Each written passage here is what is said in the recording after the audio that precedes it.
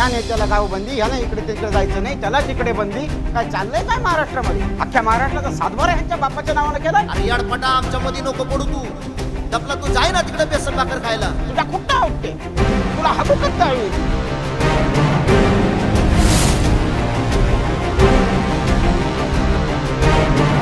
आणि या गोळीबाराचा आदेश कोणी दिला ही देशाला कळलंच पाहिजे. त्या बाळाला कोणीतरी सांगा रे, माझ्या नको नादी लागू म्हणा. अख्खं आयुष्य आंदोलनात घालवलेला माणूस आहे मी. 70 वर्ष तू एकट्याने लुटलं ना, आणि तुला तर मी आता कसाच सोडित नाही.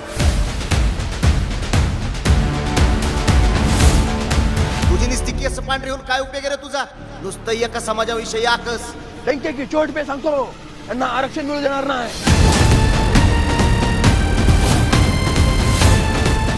मी तर म्हणतो काही दिवसांनी ती भज्याची बी कागद गोळा करीन. आता ते नुसतं पिशव्यान कागद घेऊनच फिरतोय. आता ते भाषणाच्या कागदांची पिशवी मी माझ्या सोबतच ठेवतो. तर सुरू झालं एकदा की मग एक एक कागद काढून त्याची सुरळी करून काय तुम्हाला देईन ना.